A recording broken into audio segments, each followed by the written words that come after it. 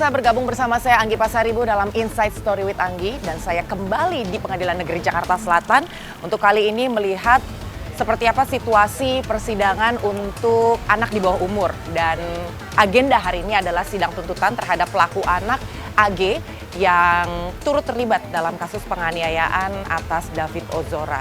Dan sebetulnya di Pengadilan Negeri Jakarta Selatan ini lebih sepi hari ini karena sidang juga dilakukan secara tertutup.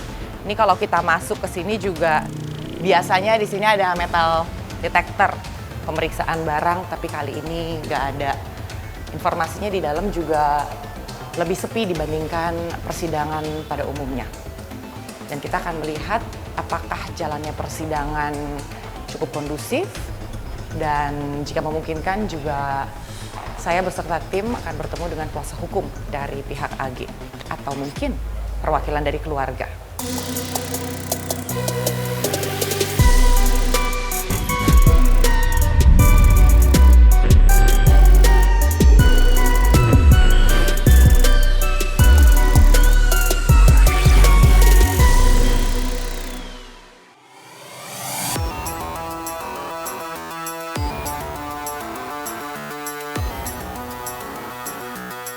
Mungkin teman-teman dulu pernah dengar pepatah lama yang bilang apa yang kamu tabur itu yang akan kamu tuai. Dan inilah yang dialami oleh pelaku anak AG. Usianya masih sangat muda, usia 15 tahun, tapi sudah harus berhadapan dengan proses hukum.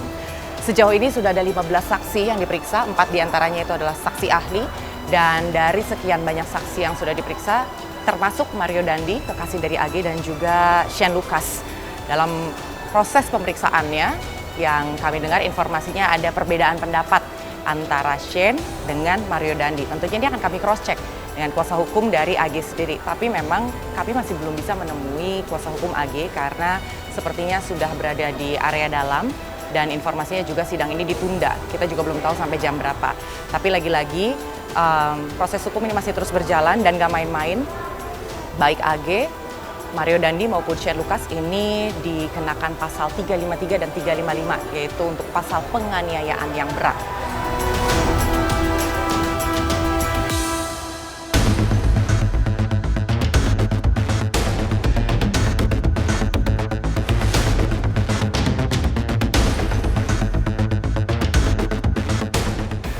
Saya juga masih nyari tahu ya pemirsa, apakah di ruang sidang 5 ini yang ada di depan saya, atau sebenarnya ruang sidangnya itu ada di belakang. Karena ini katanya memang untuk peradilan anak. Dan bisa dilihat juga pemirsa, di belakang saya ada anggota Banser. Dan tadi dari saya masuk, dari pintu masuk sampai ke sini memang saya melihat ada beberapa anggota Banser yang berjaga di sekitar ruang sidang ya, atau di sekitar Pengadilan Negeri Jakarta Selatan, tapi yang di bagian dalam sini. Saya juga belum tahu fungsinya untuk apa, tapi sepertinya untuk memastikan jalannya persidangan ini tertib dan juga kondusif. Jadi tadi datang di sini dari pagi? Oh, dari pagi? Dari jam 9? Nanti pulang tunggu selesai? Kemarin juga datang? Itu masih tiap hari, Pak? Ya enggak, maksudnya minggu kemarin. Oh, bapaknya kali. Personilnya beda-beda. Sidangnya udah tiap hari kan sekarang kan. Banyak tuh tadi ya Pak di depan. Berapa orang Pak personil? 30 hari ini. Kalau banyak kan nggak muat sih. Iya ya, benar juga ya. Banyak kan relatif ya pemirsa ya. Kalau banyak Oh iya, itu Bapak orang yang ke 5.790.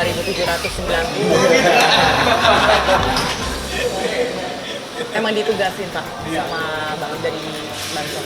Ya, dari DKI. Kenapa? Dari DKI. Oh, emang ditugaskan. Dari hari pertama sidang? Awal. Memastikan. Boleh diwawancara ya Pak? Nanti kalau sama ketuanya, nanti itu ada. Ketuanya datang? Ada. Tadi ketua PWN. Ada di mana? Di dalam. Nggak boleh kita kasih tahu. Oh, setiap hari ditugasinnya. Sehari itu 30 orang. Untuk memastikan jalannya persidangan aman ya. Sejauh ini ada yang aneh-aneh gitu? Nggak ada lah. Nggak ada.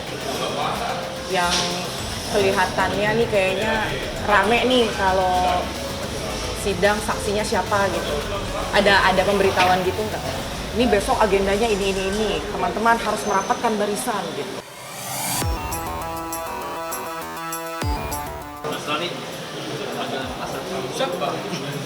Seperti yang tadi sudah saya sampaikan ya pemirsa, jadi keberadaan para personil Banser di area ruang sidang Pengadilan Negeri Jakarta Selatan ini memang untuk memastikan jalannya persidangan itu tertib dan juga aman. Dan ini adalah perintah dari ketuanya bahwa setiap hari di persidangan personil Banser harus bersiaga di sini dan selalu dirotasi. Jadi orangnya beda-beda. Yang pasti setiap hari personil Banser harus ada di area sidang Pengadilan Negeri Jakarta Selatan.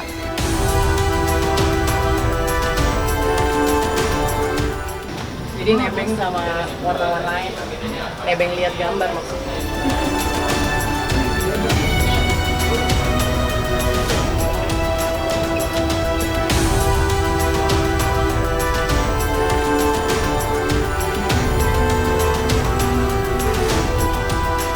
Jadi agendanya itu sidang tuntutan terhadap AG. Katanya sih udah selesai, udah tuh.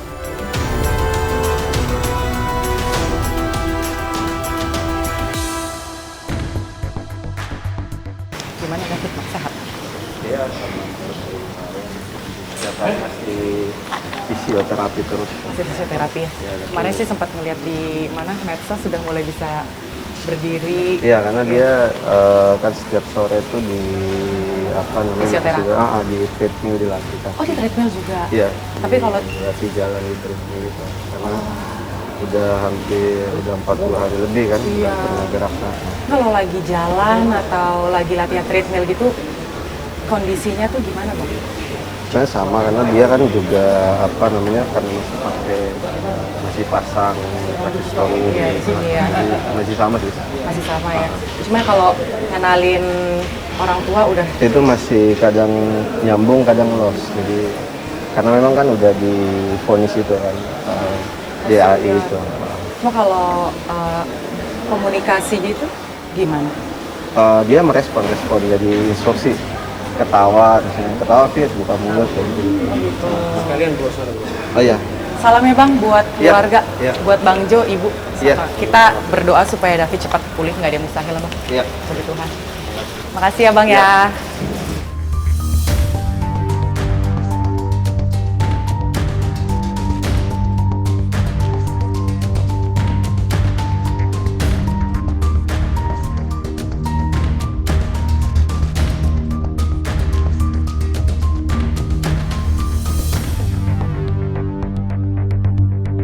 Selama ini kan persidangannya katanya memang masih tertutup.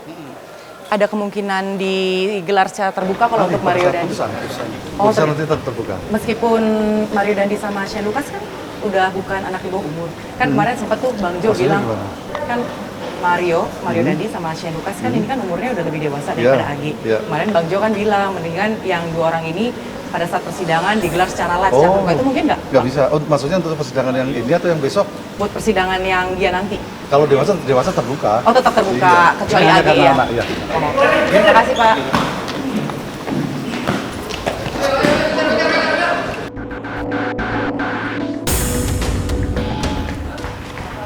Ada nggak?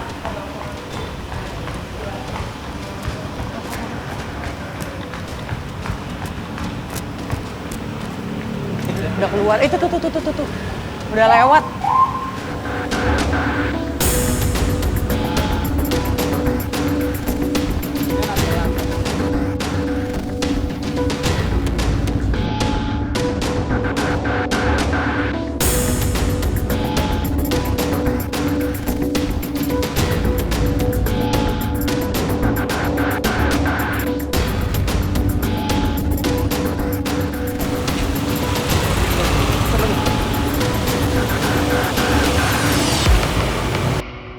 Itu tadi mobil yang membawa AG, jadi tadi mereka keluar langsung dari pintu tempat wartawan tadi nunggu. Jadi tadi pas tuh sama keluarganya David keluar, kejari dulu keluar keluarga David. Jadi celahnya mereka langsung lari karena memang pihak kuasa hukum dan juga keluarga bukan dilarang ya, tapi memang tidak mau bertemu dengan media sepertinya. Tapi nggak apa-apa, yang penting kita udah dapat tadi keluarganya David. Tadi Pak Rustam itu adalah pamannya David, dan tadi teman-teman juga udah dengar bahwa situasi dan kondisi David sekarang memang sudah membaik, sudah jauh lebih pulih, tapi proses penyembuhan masih terus, bukan masih terus berjalan, tapi proses recovery yang sekarang ini David sedang jalani. Jadi tadi fisioterapi itu selalu dilakukan setiap pagi, latihan jalan, latihan treadmill, tapi semua tuh ada seperti ada metodenya ya, mungkin tim medis lebih tahu. Dan sekarang saya masih menunggu kuasa hukum dari AG.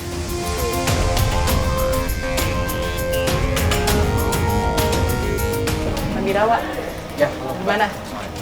Udah aman, kita sampai ke sana kali ya? Ya. Selesai ya. Ini kuasa hukum dari AG, teman-teman. Tadi berapa lama di dalam? Mulainya tadi jam 3 ya, telat Jam ya? 2 seharusnya mulai, tapi ada molor sedikit jam setengah 3 mulainya. Oh, tadi jam 1. Tadi tuntutan dari JPU gimana, Bang? Jadi sebetulnya ini kan karena sifatnya sidang tertutup, Iya. jadi terkait pokok perkara kita nggak bisa menyampaikan itu much detail. Tapi memang di sini mungkin salah satu hal yang bisa kami sampaikan adalah tadi JPU sudah menyampaikan tuntutannya, Ya. dan pasal-pasal yang disampaikan dalam dakwaan yang juga seiring dengan hasil penyidikan itu juga disebutkan di situ. Dan mungkin salah satu clue yang kita bisa sampaikan di sini sebelum pembacaan putusan ya, yaitu tuntutannya itu ada pidana penjara. Oke. Ya, namun di sini untuk terkait detailnya kita belum bisa menyampaikan karena sifat tertutup dari persidangan hari ini. Kan sebelumnya memang publik juga udah dengar tuh, Bang, kalau pasal yang dikenakan itu pasal 353 dan 355. Tadi yang dituntutkan oleh JPU masih sama? Kurang lebih sama ya, karena kan sesuai dengan hasil penyidikan dan juga dakwaannya kemarin ya, memang kurang lebih seperti itu. Tuntutan penjara 12 tahun tadi. Masih Kalau sama? maksimalnya ya, Oh, itu maksimal. maksimalnya ya. Dan kalau upaya dari kuasa hukum sendiri gimana, Bang? Jadi memang hari ini kan kita sudah menerima tuntutan dari JPU sejauh ini. Tahap berikutnya adalah penyampaian nota pembelaan kami, pledoi yang akan kami bacakan besok. Oke. Jadwalnya sih siang ya, setelah jam 12. Namun nanti kita juga akan tetap standby di sini kira-kira ada pergantian jadwal dari pengadilan. Kami sempat baca informasinya, tapi ini nggak tahu benar atau enggak gitu, pengen di cross check gitu ke Bang Birawa. Untuk kondisi mental dari AG sendiri katanya sempat terguncang selama di tahanan.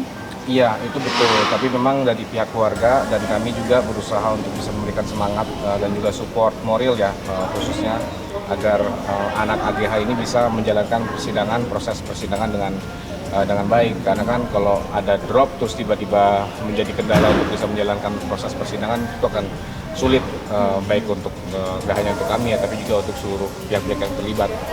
Tapi kalau per hari ini memang kami melihat kondisinya itu mungkin sejak awal minggu ini ya, itu sangat-sangat membaik. Membaiknya itu dalam arti kayak Membaik dalam arti memang anak AG ini siap untuk menjalankan agenda-agenda persidangan. Namun memang pastinya karena AG ini masih anak ya, anak perempuan, ketika tadi pembacaan tuntutan itu cukup emosional. Bang, saya tuh mau nanya banyak nih, Ya. ngorek-ngorek nih tentang AG. Kita kalau misalnya sambil duduk gitu boleh kali ya, Bang? Ya, silakan mau Boleh di mana ya. di situ kali ya.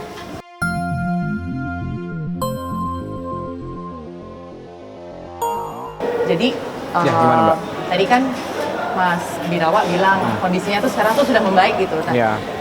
sebelumnya tuh nggak membaiknya, apakah nggak bisa diajak bicara, atau murung, atau sakit-sakitan, atau psikologis atau kayak gimana tuh, Mas? Diajak berbicara sih bisa, karena kan di sini proses yang dilalui itu bukan hanya saat persidangannya, tapi kalau kita mengurai dari awal, saat proses pemeriksaan dari kepolisian pun juga itu proses yang sudah dilalui oleh anak AG. Dengan kabar terakhir di persidangan ini, memang pemulihan dari kondisinya itu kelihatan, jadi lebih kuat artianya dan lebih siap untuk menjalankan semua agenda-agenda persidangan. Tapi kembali lagi memang terdapat beberapa momen saat pemeriksaan ya, yang karena memang ini posisi sebagai anak ya tetap menjadi poin emosional tertentu bagi anak ini. Karena memang waktu dilihat yang pertama banget itu kan kayaknya ketakutan gitu ya. Kalau sekarang ini kayaknya udah jauh lebih tenang, Ketakutannya masih ada, tapi lebih berkurang. masih ada, lebih kuat. Terkurang sih saya juga susah menilainya ya, tapi kalau dari pandangan pribadi Sudah selama siap ini juga mendampingi anak AG dari awal ya perubahannya itu sangat kelihatan kok kekuatannya. Selama mau menjalani persidangan gitu sempat komunikasi apa gitu nggak? Enggak sih, kami so far hanya bertemu selama di persidangan ya, dia di ruang sidang. Oh gitu. Dan mungkin saat di sela-sela ya, karena kan pastinya dihadirkan oleh jaksa penuntut umum. Bang, ini tuh teman-teman dari Inside Story gitu ya, mereka tuh menitipkan pertanyaan juga gitu. Ya. Kayak nggak tahu ini bener atau enggak gitu ya Bang Birawa ya, bahwa sosok AG ini katanya broken home. Itu benar nggak? Kalau broken home sih ini tergantung definisi dari broken home ya. Tapi yang kita bisa sampaikan adalah mungkin persepsi publik terhadap AG dan keluarganya ini memang harus kita cross check kembali. Karena kenapa? Yang kami bisa pastikan adalah AG ini berasal dari keluarga yang sangat sederhana. Kedua orang tuanya itu, dan kita juga bisa sampaikan kedua orang tua angkat ya, itu memang berasal dari ya latar belakang pengusaha yang sangat-sangat sederhana. Mereka cuma punya toko material yang juga merupakan kediaman mereka. Dan saat ini pun mereka juga sedang dihadapi oleh cobaan kedua orang tuanya, yaitu bapaknya lagi mengalami kondisi stroke dan ibunya kanker paru-paru. Ini memang suatu hal yang secara etika kami memang tidak bisa kami sampaikan, namun untuk bisa membantu cross check fakta-fakta yang selama ini beredar di publik ya kami harus sampaikan. Jadi memang dan juga kakak angkatnya pun sebelum beberapa waktu sebelumnya sudah mengalami operasi jantung juga.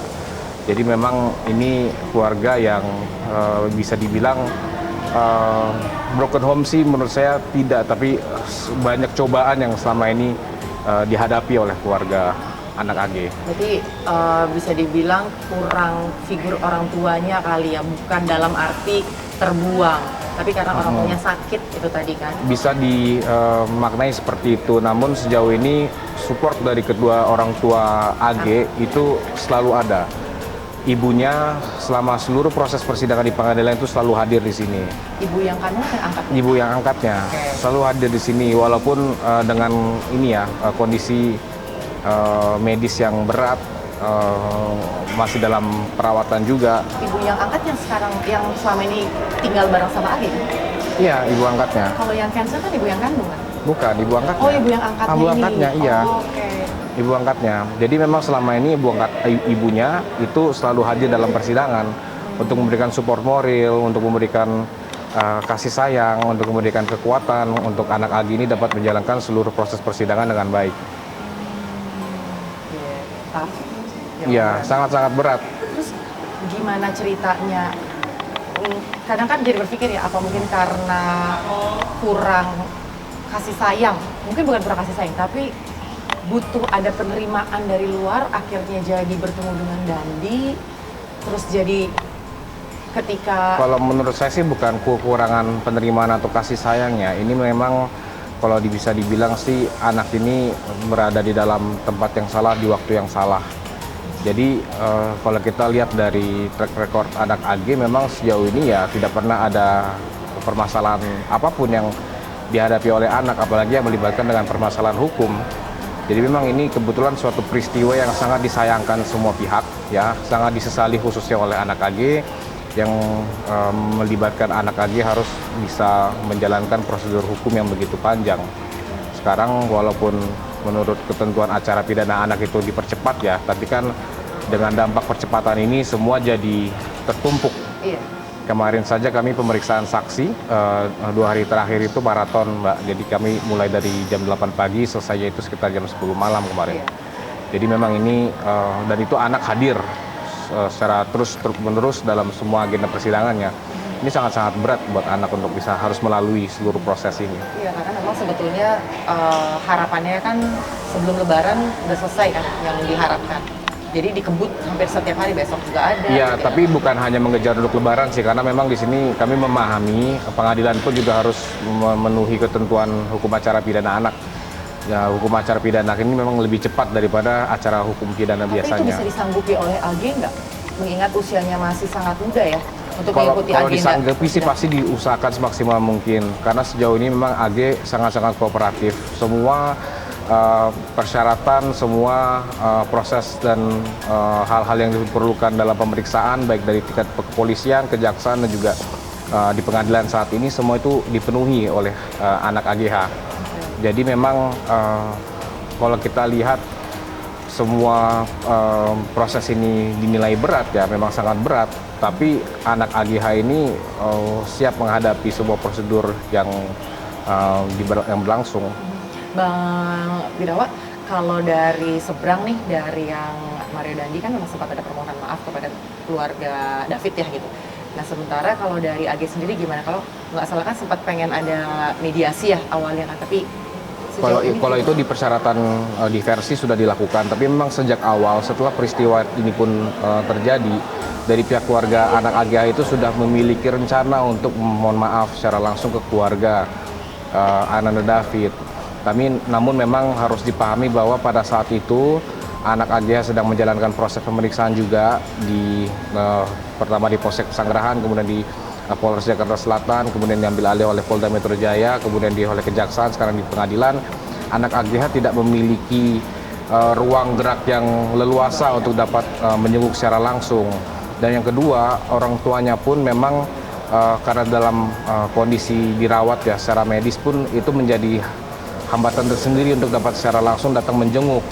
Namun itu tidak membatasi niat kedua orang tua dan keluarga AGH untuk menyampaikan permohonan maaf, karena pun secara terpisah kami selaku kuasa hukum dan penasihat hukum juga pernah menyampaikan etika dan maksud permohonan maaf dari keluarga kepada kuasa hukum ya dari Ananda David. Namun memang mungkin dari segi waktunya yang belum memungkinkan karena proses ini kan sedang berlangsung ya. selama bertemu di dalam ruang sidang sendiri sempat ada komunikasi dengan kuasa hukumnya David atau sempat Kalau dengan kuasa hukum Ananda David kami keluarga David kan sempat datang. Iya, kami sih terbuka dan kami juga berusaha untuk bisa menyambung komunikasi yang baik, silaturahmi yang baik dengan siapapun termasuk dengan kuasa hukumnya Ananda David dan juga pihak keluarga yang hadir.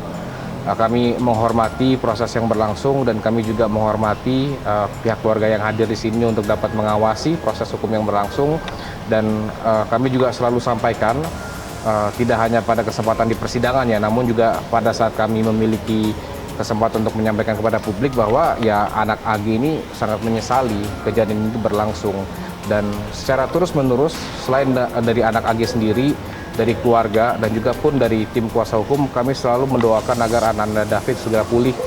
Kami terus memantau kondisi Ananda David dari Twitter Bang Jo, ayahanda David, perkembangan pemulihannya, proses pemulihannya dan kami senantiasa mendoakan untuk bisa cepat pulih. Kalau ketemu di dalam ruang sidang kan tadi kan ada Bang Rustam tuh datang. Ya, Kemarin juga ya, sempat ada Bang ya. Jo kan datang, itu sempat nggak AG salam gitu atau ini kembali lagi masuk ke dalam fakta dalam persidangannya dan pokok perkara, jadi mungkin nggak bisa kami share terlalu banyak, tapi untuk interaksi ada interaksi, khususnya ketika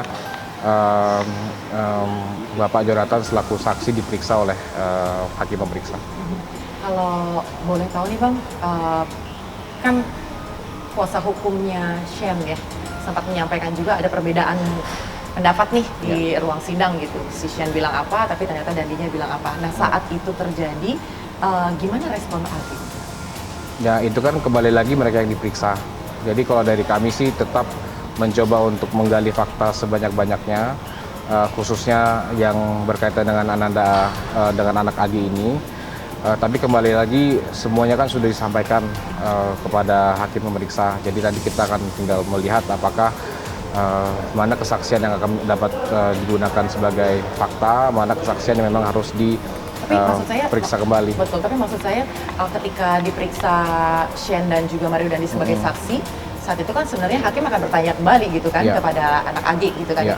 Apakah kesaksian ini benar atau enggak? Nah itu yang maksud saya, apakah itu sudah pasti hakim pemeriksa sudah memberikan kesempatan tersebut dan untuk hal-hal yang memang menurut kami perlu diluruskan sudah kami sampaikan juga dalam pemeriksaan kemarin. Kalau menurut jawabannya AG sendiri, kesaksian dari Mario dan juga Shane sesuai atau ada yang kurang pas? Karena kan ini lempar-lemparan ya, free kick itu katanya si ini kami siapa? sekali lagi belum bisa berkomentar banyak karena kan ini masuk ke pokok perkara pemeriksaan. Tapi yang bisa kami sampaikan adalah segala hal-hal yang disampaikan oleh para saksi dan juga ahli yang hadir dalam persidangan selama ini, itu kami akan selalu berusaha memastikan semuanya itu sesuai dengan fakta yang berlaku. Jadi ketika ada fakta-fakta yang mungkin disampaikan oleh salah satu saksi dan ketika itu mungkin kami rasa perlu diperiksa kembali, kami pasti akan pertanyakan itu dalam forum yang disediakan oleh hakim. Tidak ada kita menempatkan nanti datang ya harus bikin takut ya atau seperti apa, itu nggak ada. Jadi mereka memang, saya nggak tahu apa yang spesial dari David ini, tetapi begitu banyak orang yang ingin mengawal proses David mencapai keadilan sepenuh-penuhnya.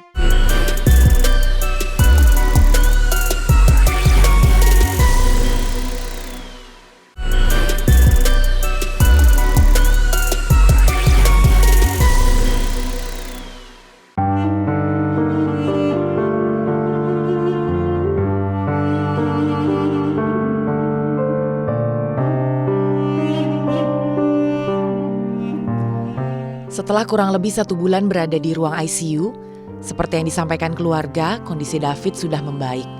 Sudah banyak kemajuan. David sudah mulai bisa merespon suara, sudah mulai bisa berinteraksi dengan keluarga, dan juga sudah mulai memasuki tahap terapi berjalan. Meskipun memang belum sempurna seperti manusia pada umumnya, tapi kita bisa bersama-sama melihat bagaimana David berjuang sampai di titik sekarang. Melissa Anggraini selaku kuasa hukum dari David Ozora akan menceritakan kepada kita bagaimana kondisi David saat ini, bagaimana ia berjuang untuk bisa sampai di level sekarang, dan bagaimana pihak keluarga merespon dan juga menyikapi jalannya persidangan sampai sejauh ini. Gimana nih Mbak? Bang Jo sudah lebih terhibur dong sekarang? Ya, setiap hari nih Jo kayak punya anak yang masih kecil. Hari ini udah punya kebiasaan apa, besok bisa apa lagi. Itu kan jadi kebahagiaan bagi Jo dan keluarga ya. Setiap hari selalu ngasih kabar, Mel hari ini David udah bisa dari ngedipin mata 2 kali, dari dia sudah bisa mengikuti arah tangan, Fit lihat ke kanan, Fit lihat ke kiri, terus badannya miringkan ke kanan, miringkan ke kiri. Itu kan sebuah kebahagiaan. Tetapi kalau dilihat secara kognitif apakah sudah kembali pulih, tentu masih jauh perjalanannya. Iya. Masih perlu banyak asesmen yang harus dilakukan oleh tim dokter. Termasuk nanti ada upaya stem cell ya yang mau dilakukan. Mudah-mudahan besok bisa terlaksana karena sempat beberapa kali tertunda. Yang pertama, stem cell masih dilakukan observasi agar benar-benar memastikan kondisi atau tubuh David bisa menerima. Yang kedua, sempat demam tinggi. Jadi pas senyum 1 hari itu Mbak Anggi, hari Jumat lalu tuh kita ingat itu senyum pertamanya David semenjak kejadian. Nah itu kita lagi berdoa bersama di Pangudi Luhur. Rencananya Jo itu mau datang ke sana. Nah tapi tiba-tiba dibatalkan karena pasca senyum yang kemarinnya dia langsung demam tinggi sampai 38,4 derajat, badannya menggigil. Jo bilang step. Nah, pada saat lagi demam itu David kan masih terpasang yang namanya tracheostomy ya di trakeanya. Nah, sehingga pada saat setelah lagi demam itu David nangis sejadi-jadinya, nangis sampai kesedak-sedak walaupun gak ada suaranya. Terus David bilang, Jo sampaikan, Mel ini David nangisnya parah banget, tapi nggak tahu ya, aku ngerasa si David kayaknya akan ada progres yang luar biasa deh, feeling orang tua ya gitu. Terus besoknya besoknya Jo pagi-pagi udah datang karena takut David nangis. Begitu nyampe Davidnya udah lumayan seger banget, udah mulai banyak respon yang bisa diberikan sama David. Terus Jo sampein lagi, Mel, kayaknya kemarin pas badannya panas tinggi, dia nangis-nangis, kayaknya listrik di otaknya banyak yang nyala deh. Kira-kira gitu tuh penjelasan awamnya Jo. Nah, karena tapi ada reaksi dari kali. dokter Ada reaksi kan awalnya dia kan koma lumayan lama ya Mbak, hampir 1 bulan nyampe ya. Jadi Iya. begitu dia udah sadar, bereaksi sarafnya, jadi akhirnya demamnya naik gitu kali. Gitu nggak Mbak? Ya bisa juga dokter bilang tuh memang masih di asesmen lagi apa kira-kira penyebabnya, tetapi dokter memang bilang badannya masih rentan sekali, sehingga setelah kejadian demam itu benar-benar dibatasin orang yang masuk ke ruang ICU. Dan memang begitu dicek ada infeksi di jarum intravena yang di bahu sebelah kiri. Itu kan jarumnya gede banget dan lama ya, sehingga itu akhirnya dicopot. Sondenya juga tempat David makan selama ini, tadinya kalau nggak ada respon dan dia tidak mampu untuk mencerna makan sendiri secara manual, sonde itu kan udah mau infeksi juga karena udah lama. Nah, sehingga dokter bilang, Pak Jo, ini kalau nggak bisa juga dia makan, maka akan dibolongkan dekat wilayah lambung. Jadi dia langsung disalurkan ke lambung. Nah, alhamdulillah lagi-lagi ada keajaiban, sonde dilepas, David udah bisa mencerna sendiri. Itu apa ya, aku dengernya tuh ngebayanginnya tersiksa banget ya jadi David ya, perjuangannya ya. Cuma kayaknya tuh Kebayang kan? cuman memang kalau aku perhatiin kan ngikutin gitu perkembangan medisnya David gitu ya Mbak Mel ya. Emang anak ini sepertinya punya jiwa tarung yang kuat.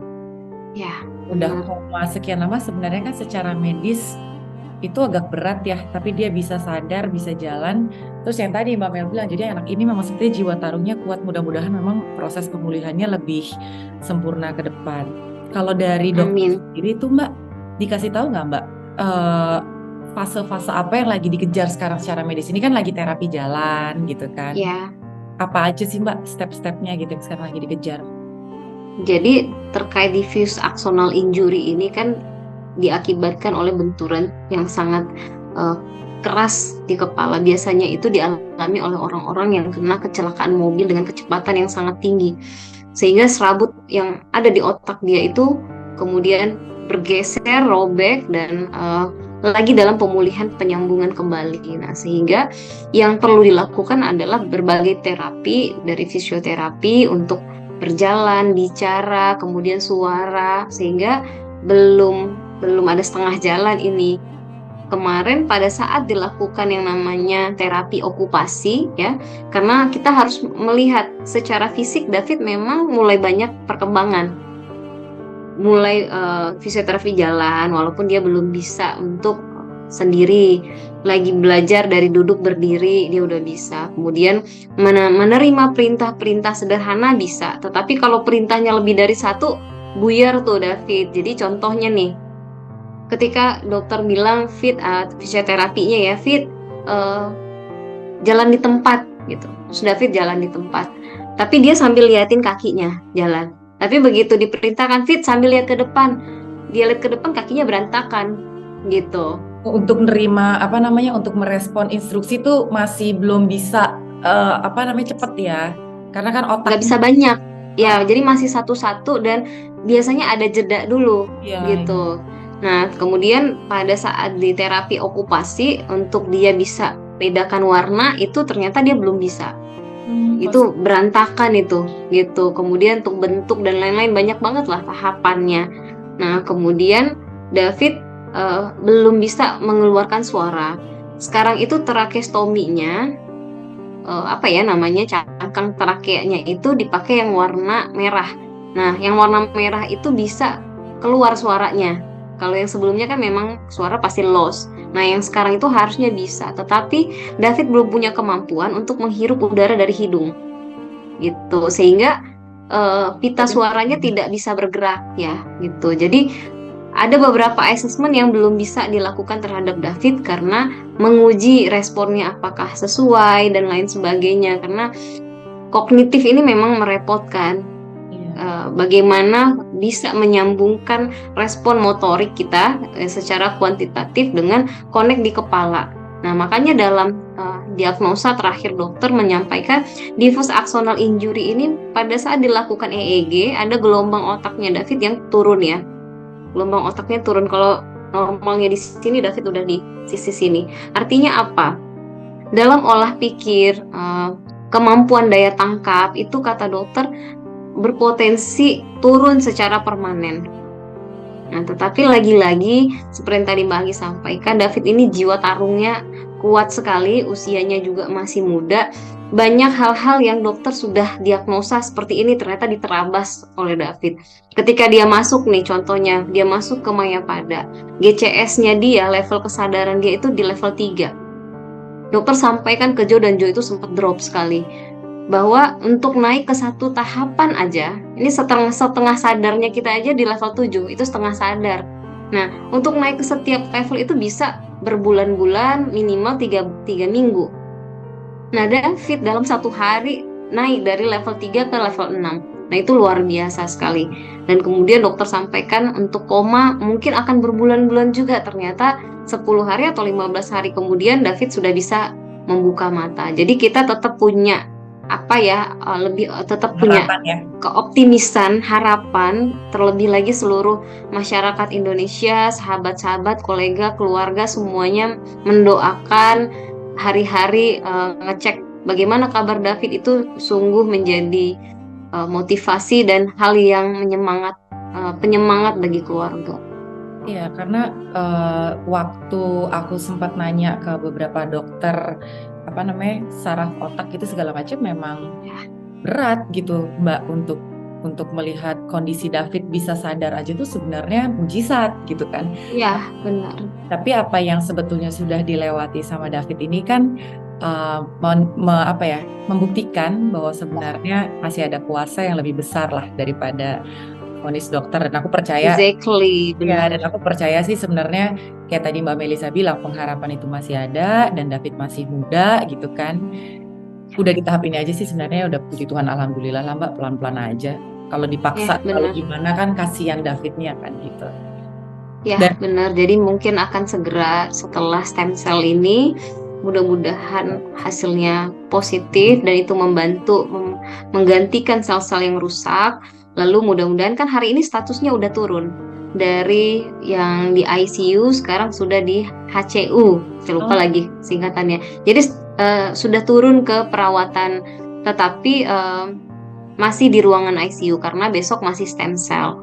Nah, mudah-mudahan setelah ini akan turun ke ruang perawatan lalu diobservasi. Tetapi dokter bilang pengobatan David ini tuh bisa panjang, minimal 6 sampai 1 tahun, dan ini yang agak menyakitkan untuk didengar oleh keluarga ya. Pengobatan atau perawatan, even itu sudah pulang ke rumah dengan home care, semua perawatan disiapkan di rumah, tetapi ini membutuhkan waktu 1 tahun. Itu pun tidak menjamin dia kembali pulih. bisa dipahamin sih sebenarnya. Tapi yang puji Tuhannya juga kan David ini, kalau aku dengar dari cerita yang Mbak Mel tadi itu, dia bisa merespon pendengarannya ya, meskipun ya bertahap kan. Jadi kalau misalnya dia bisa achieve 1, ya memang diapresiasi. Hebat David gitu kan. Kamu udah jauh banget, hebat. Jadi ada optimisme yang tambahan gitu loh Mbak buat David kan. Iya, benar. Aku sih titip salam ya Mbak, karena kan mungkin memang masih belum bisa berkomunikasi langsung gitu kan ya dengan Joe, dengan Ibu gitu kan. Titipin salam dan salam semangat lah gitu kalau dari kita. Siap. Kan ya, supaya menguatkan keluarga. Nah, ini kalau dilihat rangkaiannya nih Mbak Mel, bagaimana perjuangan Bang Joe, keluarga gitu kan, termasuk David sendiri sampai di level sekarang ini kan tough ya Mbak ya. Dan melihat bagaimana dia menderita gitu kan, kayak berusaha berjuang, ini kan menyakitkan keluarga gitu Mbak. Nah, hari ini kita dengar pledoi dari AG itu kan ditolak, dan kita akan nunggu nanti hari Senin ada vonisnya. Nah, untuk tuntutan yang dilayangkan oleh JPU 4 tahun, ini kalau dari pihak keluarga sendiri gimana sih Mbak Mel?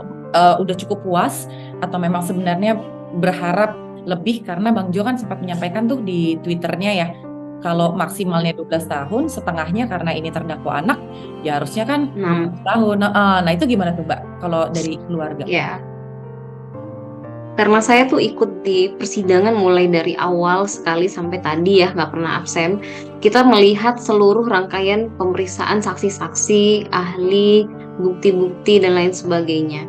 Nah, dari tuntutan yang disampaikan oleh jaksa, ada 10 kesimpulan Mbak Anggi yang disebutkan oleh jaksa, di mana kesimpulan terkait fakta-fakta, analisa fakta ya, itu tidak ada satupun yang meringankan anak berkonflik hukum AG ini.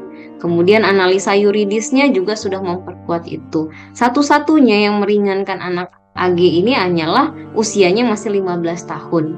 Nah, seperti yang disampaikan oleh Jo, memang keluarga mengapresiasi bahwa segala sesuatu fakta-fakta itu sudah dimunculkan dalam kesimpulan yang 10 tadi. Tetapi kalau kita bicara efek deteran, ya, kita kemudian mengkaji ulang ternyata tidak ada pengurangan yang lain terkait dengan pasal 355 ayat 1 Junto 55, penganiayaan berat terencana dengan keikutsertaan dan lain sebagainya. Seluruh unsur-unsur yuridis itu sudah terpenuhi, ya, kesengajaan, perencanaan, turut serta, penganiayaan berat, karena dampak terhadap anak korban kan berat sekali. Dampaknya cedera otak yang sangat berat yang bisa buat cacat permanen dan lain sebagainya, itu sudah disampaikan. Tetapi kalau bicara efek deteran, yang saya bilang itu memang masih kurang dari maksimal, sehingga nanti dalam putusan di pengadilan oleh hakim tunggal kita berharap hakim ini berani memutuskan yang sifatnya ultra petita, melebihi dari tuntutan dari JPU. Kita kembalikan kepada yang mulia hakim, karena sejujurnya dari setiap rangkaian pemeriksaan saksi, terutama pada saat keterangan anak berkonflik hukum AG, Mario Dendi, Lukas, Asian Lukas, kita akhirnya benar-benar bisa melihat gambaran utuh, detik per detik penganiayaan yang dialami oleh David. Saya sendiri harus keluar dari ruangan untuk nggak tahan, ya, sakit hati juga gitu membayangkan David berada di orang-orang yang tidak ada satupun punya rasa kasihan lah setidaknya kalau mereka tidak punya hati nurani, ya, karena ini anak dari tendangan pertama itu tidak lagi ada kesadaran, sudah tergeletak, tetapi terus dilanjutkan ke tendangan berikutnya, sehingga kami sudah melihat tidak lagi ada unsur-unsur yang bisa meringankan terhadap seluruh pelaku. Hanya memang kalau anak, ya, seperti itu. Nah, jadi kalau kami berharap ya putusannya ya paling maksimal lah 6 tahun. Kalau kita hitung-hitung Mbak Anggi, 6 tahun dari umur dia saat ini 15 tahun, dia keluar-keluar 21 tahun. Masih panjang sekali hidupnya. Tetapi kalau kita lihat, ini kalau bicara masa depan ya, karena yang diringankan oleh jaksa penuntut umum kan agak ironis. Hal yang memberatkan kondisi kita yang kondisi anak korban yang cacat permanen dan lain-lain. Tetapi kondisi yang meringankan memikirkan masa depannya anak AG ini. Nah, sehingga buat kami ketika dia dikasih yang paling maksimal deteren yang 6 tahun, dia masih cukup muda. Sementara terkait anak korban belum tentu, karena diffuse axonal injury ini butuh waktu panjang sekali dan bahkan ada beberapa kasus yang tidak bisa kembali normal. Nah, efek deteran inilah yang kita tekankan, jangan lagi ada orang anak-anak yang dengan mudahnya melakukan perbuatan-perbuatan manipulatif, perbuatan-perbuatan kekerasan atas alasan apapun terhadap seseorang. Nah, ini yang akan dilihat oleh masyarakat, terutama karena perkara ini menjadi atensi. Kita sudah menonton bagaimana kejamnya, bagaimana keji dan brutalnya video penganiayaan ini, sehingga semua menantikan bagaimana putusan majelis hakim ini terkait para pelaku. Karena AG ini yang pertama, ini akan menjadi titik akan menjadi indikator awal bagi publik menilai bagaimana aparat hukum negara hadir melindungi kita sebagai warga negara. Bukan cuma David tapi buat semua gitu. Iya, kalau kita kan aku sering dengar gitu ya, masa depan kalau bicara soal masa depan jauh lebih memungkinkan masa depan David gitu, yang sampai sekarang masih berharap dengan doa dan medis ya, karena kan kalau dari medis sendiri itu dampaknya fatal sih sebenarnya, apalagi kan yang aku baca serabut otaknya dan juga posisi otaknya ini nih udah fatal. Iya, udah bergeser gitu kan. Ya, sekali lagi sih Mbak Mel ya, aku dengarnya benar-benar turut prihatin ya Mbak gitu. Karena nggak tahu ya, keji aja gitu kan. Jadi kalau ngelihat bagaimana David berjuang udah bisa ketawa, dan aku ngeliat lagi latihan treadmill tuh, kok aku sendiri jadi ikut kayak udah bisa jalan nih si David gitu kan gitu. Benar, makanya ahli bilang perbuatan yang dilakukan oleh pelaku ini tuh bukan perbuatan anak, yang dilakukan lazimnya anak. Yang mereka lakukan itu layaknya orang dewasa loh. Mereka melakukan perencanaan, kemudian mereka ada eskalasi penganiayaan, Iya. kemudian mereka berupaya untuk menghapus atau menghilangkan alat bukti. Itu kan otak-otaknya orang dewasa, sehingga menurut kami sudah sesuai lah pasal 355 ini. Iya. Even salah satu pelakunya ada anak. Toh terkait anak, karena di Indonesia ini sangat semangatnya membuat undang-undang perlindungan anak ini kan juga menganggap anak itu walaupun dia pelaku, dia juga ada hak-hak yang dilindungi. Iya, betul.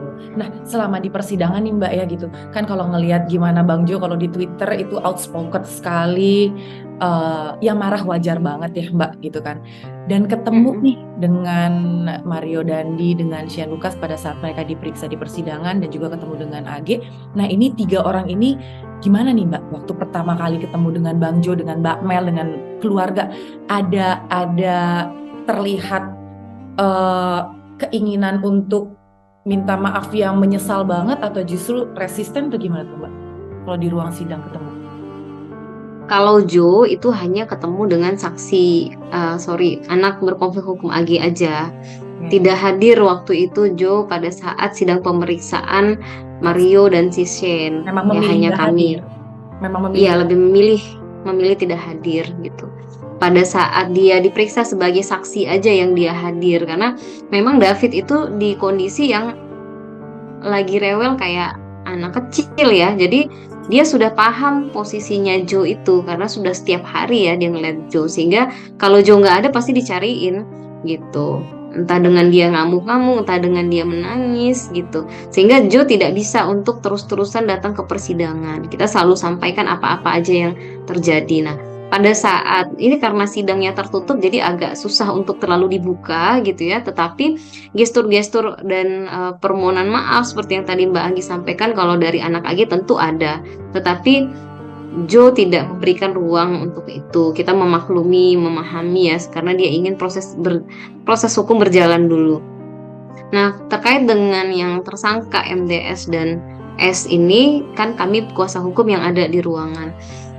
Saya tidak akan sebutkan siapa yang seperti ini, siapa yang seperti itu, tetapi kami tidak melihat ada gestur yang menyesal ya, atau gestur yang merasa sudah bersalah dari salah satu pelaku dari 3 orang ini yang kemarin hadir di persidangan. Sehingga saya sendiri sempat keluar dari ruangan sidang dan cukup nangis ya, karena kok bisa ya ada orang yang segitu tidak bersalahnya, segitu santainya begitu. Dan ya sehingga kami ceritakan itu kepada Jo, dan Jo ya gimana, cukup emosi ya di Twitternya gitu.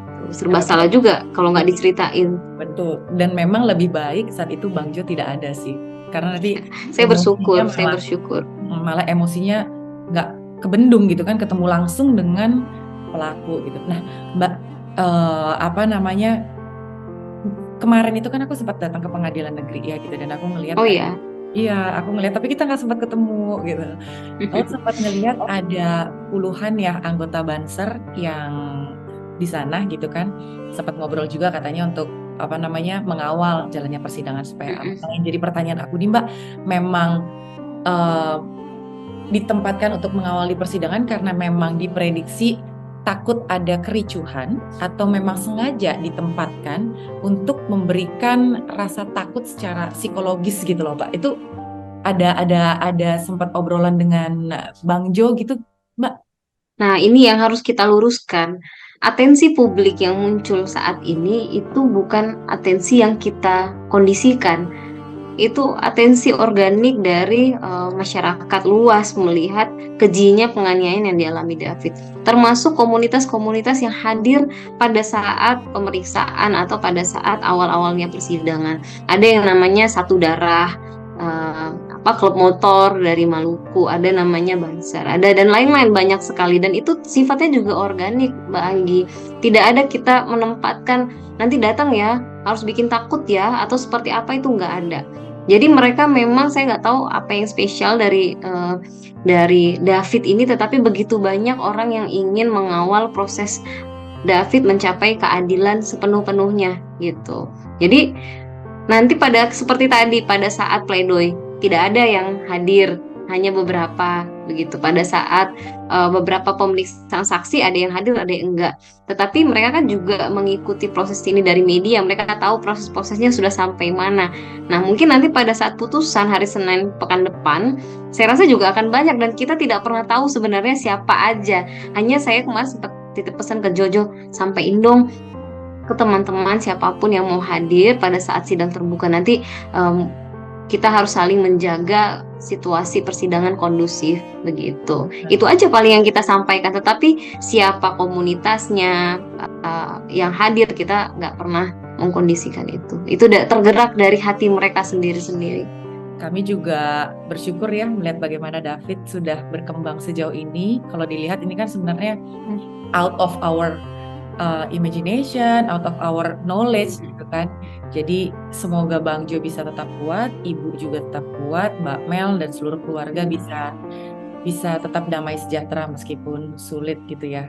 Jadi ini juga jadi pelajaran. Amin, mohon doanya. Amin, amin. Ini juga jadi apa ya? Nanti mungkin ini bisa jadi suatu kesaksian juga buat David. Kan kita nggak tahu kemustahilan apa, mujizat apa yang David akan alami loh Mbak gitu kan.